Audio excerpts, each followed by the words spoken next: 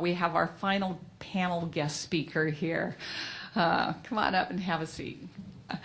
I'd like to introduce Michael West. He's actually wearing some Alera hearing aids, so he has a kind of a different story to tell. Okay? Hi, sorry I'm late. PD Marathon had everybody waiting. I went for the hearing test, and I knew I had some hearing loss. I didn't know how bad it was, but it's been gradual for a lot of years. And so I was really impressed with the whole experience of going into Dr. McBride's office. They did the hearing test, and then I'm fascinated by tech things, and so she had up on the big computer screen up there, the areas and all the frequencies where I had hearing loss. And so she gave me a pair of these Aleras, but first she, through wireless technology, was able to custom fit my hearing aid so that the levels would go up where my levels were down, and custom fitted to where my exact hearing loss was, and put them in, and instantly it's wow. And she said, well, welcome to the world of high frequency. I haven't been hearing that for a couple of decades. It was great. And seemed kind of loud to begin with, but she said it takes a while for your brain to get used to it, and which it did. And a couple of weeks later, I came in and said I'm ready to crank it up to normal levels. She had it kind of low, and so it's been a year now, and it has some pretty. This particular hearing aid has some pretty interesting features to it. One is it comes with a little hand piece that you can actually change from different types of settings. You can have one if there's a loud kind of a restaurant area. You press go to number 2, or you can hit it up on top of the hearing aid and go to number 2, and it cuts out background noise. You go to have another level 3. If you're in a movie theater and you want to pick up every single sound, you go to number 3, and then number 1 is back to normal conversation. Also, it has a device which is pretty fun, which is right here in my pocket.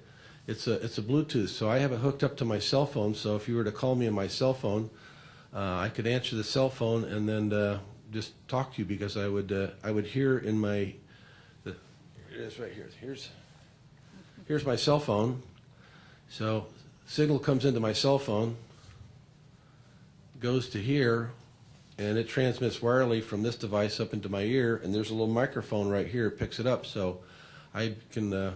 Sometimes I've been places where I'm talking on the phone and people don't know how I'm actually hearing, because they can't see that I have 2 hearing aids in, and so it's been it works really well, because it's like when you're talking to somebody, it's like that person you're talking to is actually inside of your head. You can hear really clearly with it, and I like the fact that you'll be able to increase the volume with the little.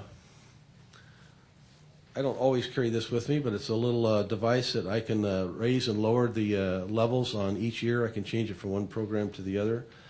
And then at night I can take the hearing aid out and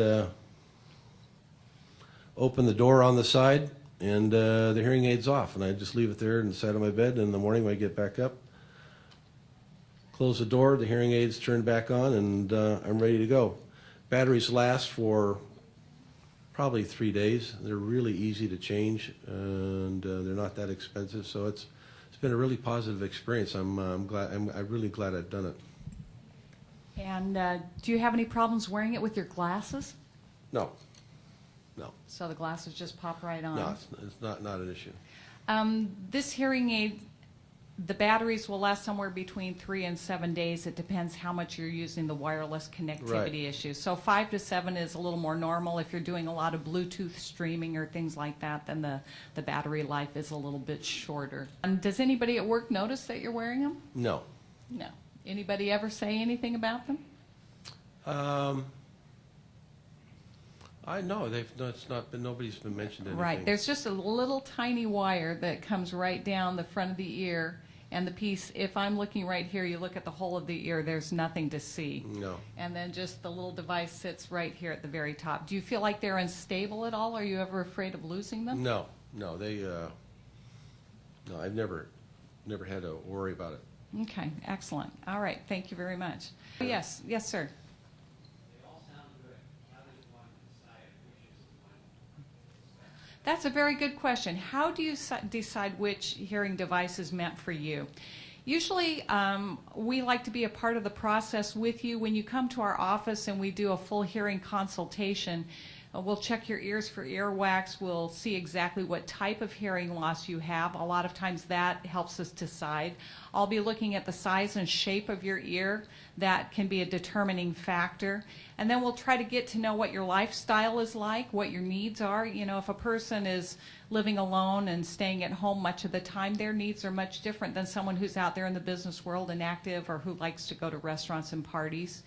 And we even have the devices in our office for you to demonstrate and try on. So it's very easy to try on the Alera that Michael's wearing. And you can hear that. And then if you say, well, I really want to try one of those little small inside your ear, then we have those there. And we'd actually put them on. When you do the lyric, you can wear them for 30 days to make up your mind whether you want to keep them or not. We ask for a deposit to start off.